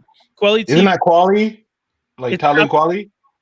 Yeah, I wasn't sure if they pronounce it the same way as Talib Kweli. Are they? Because it is written the same way. So that's how I'm going to pronounce it. You're right, Skinny. You're right. Quality TV. It's just when I say that, it makes me just want to say quality TV. Like let's. I was about to say. That's what they make you want to say. They want to make you say it. Quality TV. What's that, Mariam? It makes me think of Quibi. Oh no! Hopefully it won't go through the same. Thankfully, Quality TV is a Black-centered streaming service that works. It's like Netflix or Hulu, but it's Black-centered. So, and they're looking to expand their comedy division. And Lil Rel Howery got tapped to be the head of comedy over there, which is really cool because that just means to me that we're going to see some really cool shit going over there because that guy knows his stuff. He's pretty funny, so I look forward to that. So shout outs to him, congrats to them and to him for that partnership that should bear some dope fruit. I just rewatched Get Out recently too. Yo, did I ever tell you about what? Oh wait, okay, she's not home. Did I ever tell you? Sorry, my partner doesn't like when I tell this story. What happened when my partner and I met him on the street? Who, Lil Rel? Or yeah, we met Lil Rel in Montreal just for laughs a couple years ago. We're walking down the street. I go up to him like, oh, hey man, you were amazing in, and I start naming his shows. And I'm like, and you were great in Get Out. And he's just like, oh, yo, thanks, man. I appreciate that. And he's just like, is this your girl? And I'm like, yeah, it's my, and he looks over and he's just like, nigga, did you not get the lesson from the movie? And then for those of you who don't know, my partner is white. So she did not take that well. My girl would have been offended too. Yeah, Danny might have. Yeah, I hear you. Got mad offended. She got really upset, and I was laughing, and then I tried to control the laughter, but I couldn't. So you did the Joker laugh. You're like, yeah, yes, yeah. Well, that was an opportunity for you to go. Well, she might look it, but she's got some black in her. Yeah, and then that's a joke you don't want to. No, I wasn't gonna go there. You don't want to give you can't give Lil Rel that layup. He's just gonna be like, oh, and dunk. Like, him, man. That was a really good. And hopefully my partner doesn't hear this episode because she really hates that. Don't hear it. I'm putting the timestamp. Don't worry. Great. What else do we got? Moon Knight, guys. This is a pretty big rumor, but if it's true, this is some pretty nice looking casting. Oscar Isaac, that we've seen in a slew of movies. Most recently, we saw him in the trailer for Dune. We saw him in Star Wars as Poe Dameron. We've seen him in tons of other stuff. They're saying now that he might be making this jump over to Disney Plus, where they're going to be doing the Moon Knight series, and he is being tapped to potentially lead as Mark Spector. He has a range, and like all you need to do is just look at the movies he's done in the past 7 years, from Ex Machina to now. Yeah. And one of the things that they joke about with all these actors who have been in other hero movies and then get a second chance, they always do a glow up. So, much like Ryan Reynolds, Chris Evans, all those guys, he did a good job as Apocalypse, but that was not a good movie. This is his chance to redeem himself in the superhero genre. And lucky him, he was under all that makeup. No one's going to even remember that. Yeah. True. Wait, who was he again? He was Apocalypse. Who was he? Movies, I feel like he's never the main character. It's Apocalypse. It's not like it's a memorable movie. No offense. Except for Ex Machina. Yeah, Ex Machina, he's the main character, but like in all these other films, he's not the main character. True. Yeah. Oh wait, I lied. He's actually not the main in Ex Machina, really, when you think about it. He's like third. He's like third on the call list on this one. He's like on the call sheet. Like an important part. Yeah, he is a super important part. Yeah. I'm not trying to take that away from third. Shout out to all the third on the call sheet people. Y'all are still holding. I would do anything to be a third. Are you kidding? I remember we had a Keem on the show. We had Akeem Grams on the show once, and we were talking about like where you want to be. And I said, being third seems like a perfect situation. You're not lead. You don't have to be on the set all the time. They give you some punchy lines. You're in the background for reaction shots, but you're getting that paycheck. Third, fourth. You're getting the paycheck. You get to hang out with cool people. You get to like live on your art, and you're not too famous. It's like the perfect middle. Yeah, yo, man, that's true. This is how you get. We're all super Canadian, by the way. We're on the spotlight. We like the best of everything. We like everyone to be a little on the equal level. You know, we just want that trickle down. Yeah, nice little cottage by the lake. Yeah. I want to be able to afford one home in the city and one home by the lake. I'm good. There we go. We don't need 5 mansions and our like Lambos and Ferraris. Yo, seriously, that LA Don't need lifestyle. all that. What else do we got? Shang-Chi wraps filming that was announced recently. Hold on. That took no time. What? I didn't even know this was still filming. Them niggas started 4 weeks ago. What do you mean? Didn't we just talk about Shang-Chi in some manner last week? Did we make fun of him? I don't remember. Yeah. Yes, I think that's what happened, and I didn't know this was already filming. Yeah. So they wrapped filming. Yeah, Shang-Chi, dope. Kung Fu. I mean, this is. Don't get me wrong. This is going to be big. I know some Asian Americans are saying like this is going to be like Black Panther for us. I hope. I really hope. Hey, Really? I could see that. I could see that, and he'll get a big boost from the fact that this is connected to Iron Man too. Yeah. With the whole Mandarin and the 10 Rings, Legend of the 10 Rings part of things. So I think it'll do well. For me, I'll watch it. I just don't know if it's for me because I never really identified with that. Yeah, I right? suppose it's supposed to be like Enter the Dragon, though. Well, he is Bruce Lee. He is. So, Right. As long as Jeffrey Katzenberg is not involved. You know what's rough? Jeffrey Katzenberg worked on the fucking Little Mermaid. This man has a good track record, but he's. I'm just gonna keep riding him. Yo, Jeffrey Katzenberg is a Dan Harmon of streaming apps. Oh no! Let me get a look at him. Let me get a look at him from first. last week. I have I'm to not see his doing face. that. Oh my I gotta see his face first. Yeah, Hold we on. did that title 2 weeks in a row, man. That's I'm not doing it. Not accepting it. I just wanted to keep the Dan Harmon mention going today. That's all. We don't need to Yeah, make it no, the I don't like title. this guy's face. He definitely looks like he could be that guy. After Shang-Chi wrapped filming, we also found out that Tom Holland wrapped filming on Uncharted, and it was on his way to Atlanta to film Spider-Man 3. That's crazy. This guy is working right now, man. Yeah, he's not taking a break, man. Post-pandemic, the pandemic sometimes I feel like the pandemic doesn't exist for rich people because they're still on planes flying around doing their shit, and it's just like, okay, I guess. I also saw Kim Kardashian took her whole crew to like a private island, and I was like, my god! Oh, Skinny looks mad. I love that you guys all. No, I'm not mad.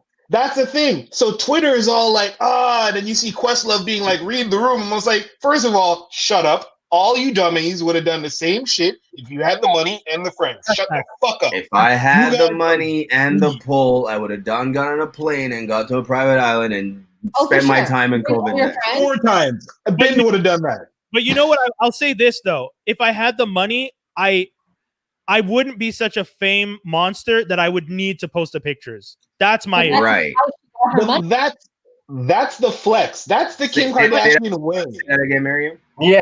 But that's how she got her money. So, I know. Don't get me wrong. I get it. I know, dude. Don't get me wrong. At the end of the day, that whole trip was probably an advertisement for something that we don't know about.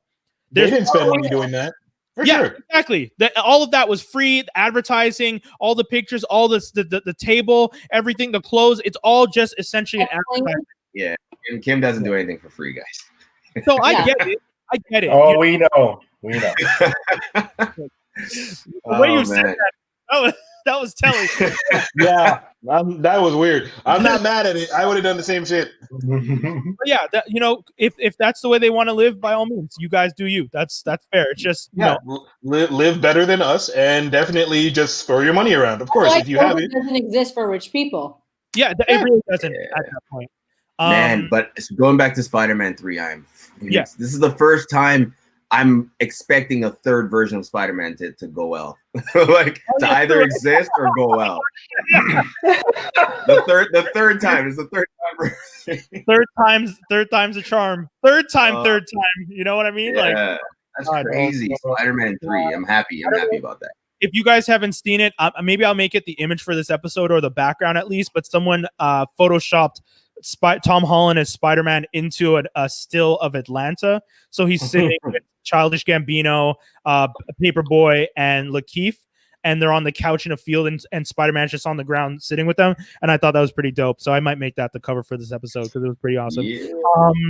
Speaking of Atlanta, when's that coming back? 22? Never. At this rate, if everything's being shut down, I don't see them coming back. So is Atlanta essentially like the Boondocks of black cartoons now? Because Boondocks was like 10 years between seasons. Like Atlanta is 100% the live action Boondocks. Think about it. It really is, though. Jeez. Like, Gambino's character is like Huey, and Paperboy is like an adult version of the brother, Riley. Like, it's Riley if he grew up and got more mature and realized, okay, I can't act like a complete idiot, but I can still act the fool sometimes. You know what I mean? So I love that show, though. That is a compliment through and through. I'm not trying to diss them if anyone takes it as an insult. I love them both. Yeah. Suicide Squad, James Gunn says he had full freedom to kill any character. Is that true? I don't know. Okay. I don't think I think it's true. Well, the first character better not be black. Facts. Facts. I like Mariam Kim. Kills John Cena character first. Idris Elba took over that Will Smith role. Yeah. Yeah, so they'll kill him. If they really want to be bold about it, you'd kill what's her name? Harley Quinn. Harley Quinn. Yeah, Margot. They won't. Oh yeah. They won't. We had Ari on the show, and she was saying that she doesn't think they would, based on all the promoting. Ari's one of our friends who was on the show. She worked on the Suicide Squad game that's coming out, and one of the things she was talking about is like, as much as we'd like to think that you could kill anyone, and that's why I feel like James Gunn didn't have carte blanche, like he says, because there's no way, like Ari was saying, that you would kill off Captain Boomerang, that you'd kill off Harley Quinn, Shark King. I always forget. King Shark. Yeah. And who's the last one? Oh, Deadshot. Well, Deadshot one, but I think you kill off Polka Dot Man. You kill off whatever character Pete Davidson's playing again. I forget. Yeah. Weasel.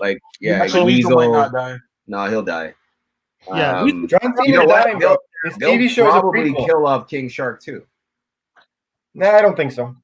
You know what I realized through all this? I really don't care that much about DC anymore. Of course. No one does anymore, baby.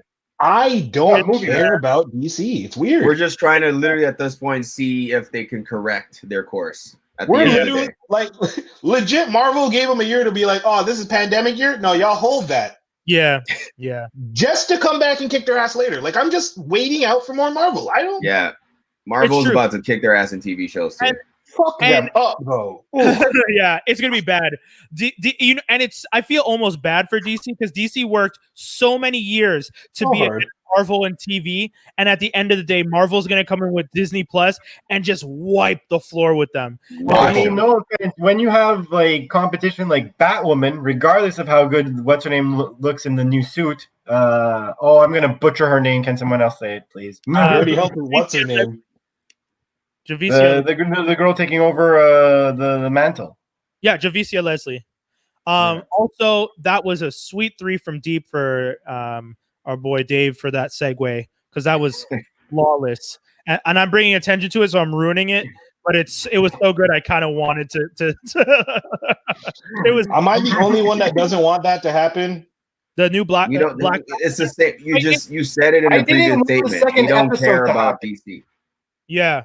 But also, I'll say it this way: it's not because she's black. I just don't want the show to continue because the show is gone. As someone who watched 6 episodes, that show is fucking trash. What? As someone who watched 15 minutes of the first episode, that show is trash. They should have just canceled it after Ruby left the role. Gave y'all money. Oh my god. I just don't want her to meet the ridicule of the internet because niggas be racist and goddamn. Oh, dude, that's already happened. Ever since they released it, of course, people have been making fun of the hair and stuff like that. So unfortunately, but you know what? I'll say this: if she comes in and makes the show interesting or better, because I am gonna watch a few of her episodes. I am. Yeah, That's why it's very nice. unfortunate. That's why it's unfortunate that it's happening with a show this bad. You know, it's Yeah. like I want it to do well. I want the writing to somehow magically get better. Did they fire the writers too? Because I don't think they did that. But at the end of the day, it'll probably end up being trash. But I'm all for just going out there and representing what you represent, and That's not fair. letting the bad talk and all those things get to you. That's what I was talking about earlier in terms of taking the power back in that sense. I'm going to do it anyway. Doesn't matter what you say. So Yeah. But at least she looks good in the suit, though. Yeah, she it's looks a great good. suit. It's actually better than the original. Yeah. Continuing with Bat Family, Jason Todd's Red Hood is going to appear in Titan season 3. Yo, this concept art looks incredible, though. Yeah, it looks pretty dope. It looks so good. It better be what he does.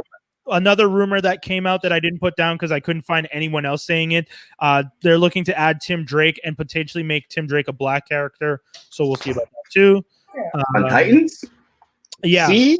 But then See? why would you just add what's his name then? Oh no, I don't want that guy. Why don't You know what I'm talking about? He has like a yellow suit. Yeah. Yeah, no.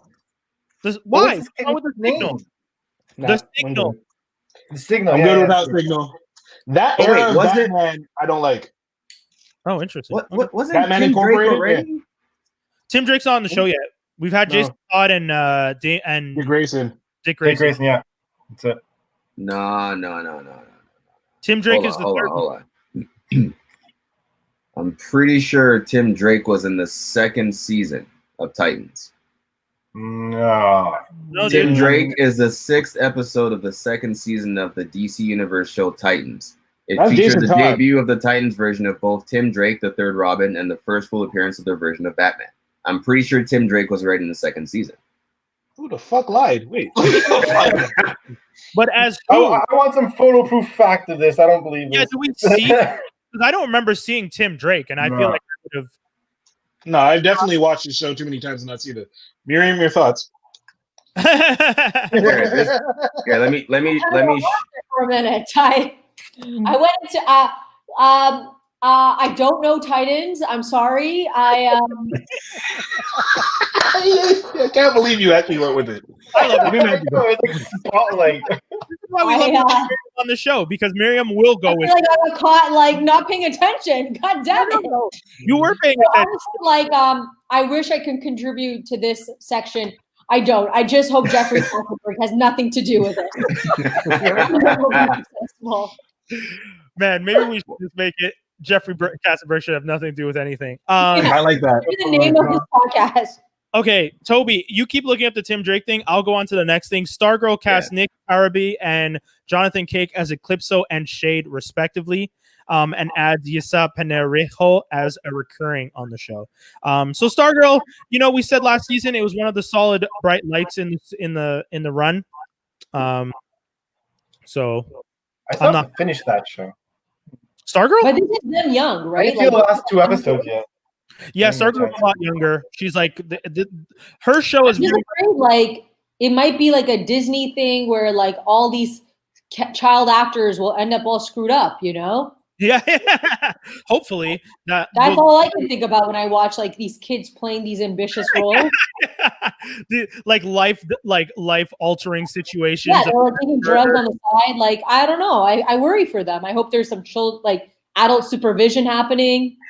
No, man, the adults in this world just want to make money off these kids. So they're probably even more like, yeah, you're okay. Like, you know, one of them gets injured on set and they're just like, no, that pirouette was perfect. Just do it again. Another 12 hours, Jason. You have another 12 hours. Yeah.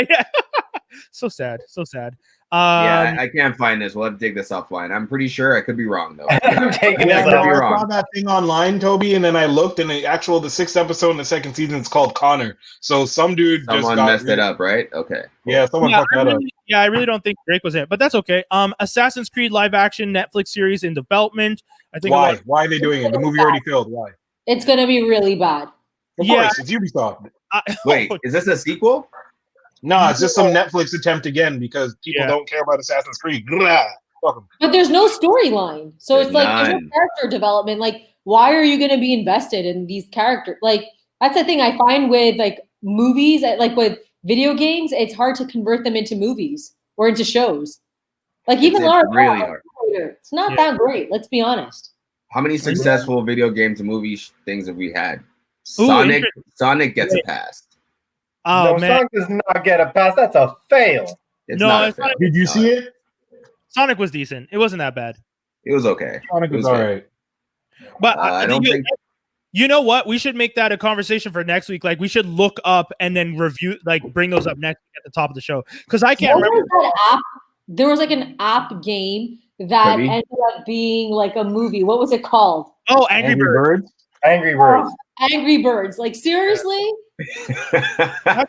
You know what though? That's true. That counts. It was not good, but that counts as a game turned to movie. I mean, you did have Mario Brothers back in the 90s. That whoa, Dave. We don't talk about that movie. Yeah, don't do that. That's rude. We Why are you doing that? Don't hurt people like that. That's What's some wrong of us with you, man? do that same every day. I got another text from my hey, it's John Leguizamo's like best movie right after The Pest. I don't know what you're talking about. Miriam, please. My boyfriend just texted me again saying that like it takes thousands of hours to develop a video game and they try to condense the story in 2 hours. It's true. Yeah. Like, Yeah. That's I used to work for the company. We know, but no. That's true though. The Witcher. That's true. That wasn't a bad one too. But that's a TV show. Witcher. They have time to develop characters. actually, you know what? If they We're made talking movies. If Yeah, they we're made talking- a movie off the game The Last of Us, like all the girlfriends can look at their boyfriends and be like, "Yeah, it's The Last of Us." They're making. Resident Evil. Aren't they making? Weren't Yeah, they they are talking making about? The Last of Us. Yeah. Yeah, they are. So we'll see that soon. Last bit of news that we have 2 minutes left, so I saved the best for last, folks. Dan Harmon teases Rick and Morty season 5, says it's more on schedule than ever. I feel like he said that in Trump's voice. We're on schedule. We were already going to talk about Dan Harmon, and I pre-mentioned him. At the end, I did it on purpose. God damn it, Dan! You find a way, even when I try to make a way. You find a way to get on our show. So as we say every week, fuck Dan Harmon. But also, wait, Dave, what do you think about this? Do you care anymore? Are you still a Rick and Morty fan? I like Rick and Morty. I hate him, but I mean, Rick and Morty's still good. Yeah. Is it though? Is it? I liked the last season. I know some people did it, but I didn't mind the last season. You can say my name. Brian Holiday did not. Well, I mean, there's more than one person, but if I had to specifically add Brian. But no, I mean, seasons 1 through 3 were fine. You're allowed to have one season that's a lull. We'll see what the next season is. That's all. I don't know about that. I don't know about that. I don't know. Listen, if Simpsons could do a 5-year, 6-year lull, they could have one bad, not as great season. No. Wait. Are you compare that? I'll take them, guys. I'll take them. Them two Simpsons. I'm just saying that various cartoons have seasons that are bad. No, you can't walk that statement back. Yeah. The Simpsons predicted the future. You were clearly taking it in the wrong direction. And I realized that wrong direction as it left my mouth. However, Simpsons did suck for 6 years. The Simpsons can suck for 10 years based on their first 8 seasons alone. The Simpsons have given us songs and sayings that we say to this day. You don't win friends with salad. Stop it. The Simpsons is the Simpsons, bro. Rick and Morty is... What the fuck has Rick and Morty done for anybody? Szechuan song. Sorry, Pickle Rick. Yeah, exactly. It influenced an entire franchise to bring back a sauce that people miss. So, Dave, I hate to do this. Let me know. I'm getting one. Just give me this combo. Okay. Rick and Morty has basically. Please don't hate me for this, people. Rick and Morty has just birthed incels. Is this what? Is this what? Wow. Birth incels. I think we should just end it on that.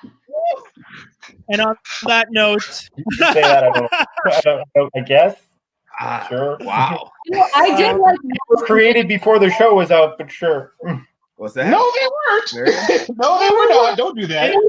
No, you do that. Okay, if everyone wants to play that game, Incels was created by a lesbian who was talking about being an involuntary celibate. It was taken over by a group of angry white guys who also turned out to be huge fans of Rick and Morty. So there's a very close to the timeline of that whole. Yeah, I bet they're also fans of other shows you guys like, but you're bringing up Rick and Morty as the one. Like South Park? Hey, man. You could hate on South Park. What's that? Dave, they probably listen to Simpsons. Dave, at the end of the day, Dan Harmon is just an incel that got shit in your eyes. Yes. An incel that got married, and that's okay. And then he turned into an alcoholic when he got broken up with. And then his girlfriend did a podcast and made a TV show on Quibi. And now Quibi sucks and it failed. Bong, that's the whole show, kids. We brought it back full circle. Quibi sucks. You say never serve you, bro. I serve everything on the plate, motherfucker. Listen, just to quote another Simpsons line, facts are meaningless. You use facts to prove anything that's even remotely true. That's at least a quote. Oh my god! Sorry, Dave. I know you love Rick and Morty, man. I know. It's a good. I love you, Dave. You just, you know.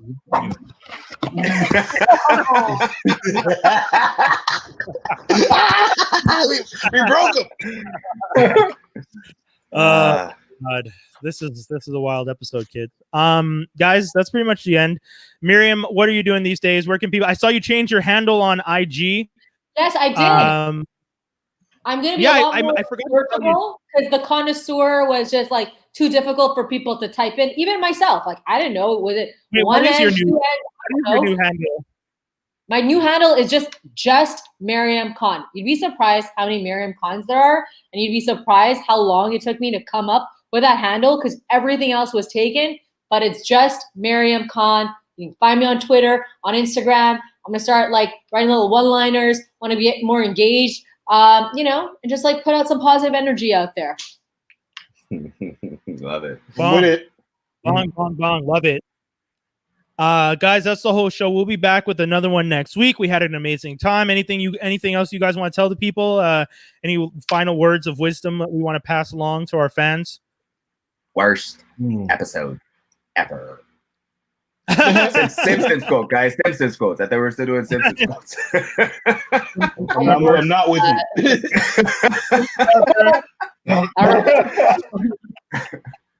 Oh man, Dan Harmon never. There we go. That's the whole show, kids. We're out. Peace, everybody.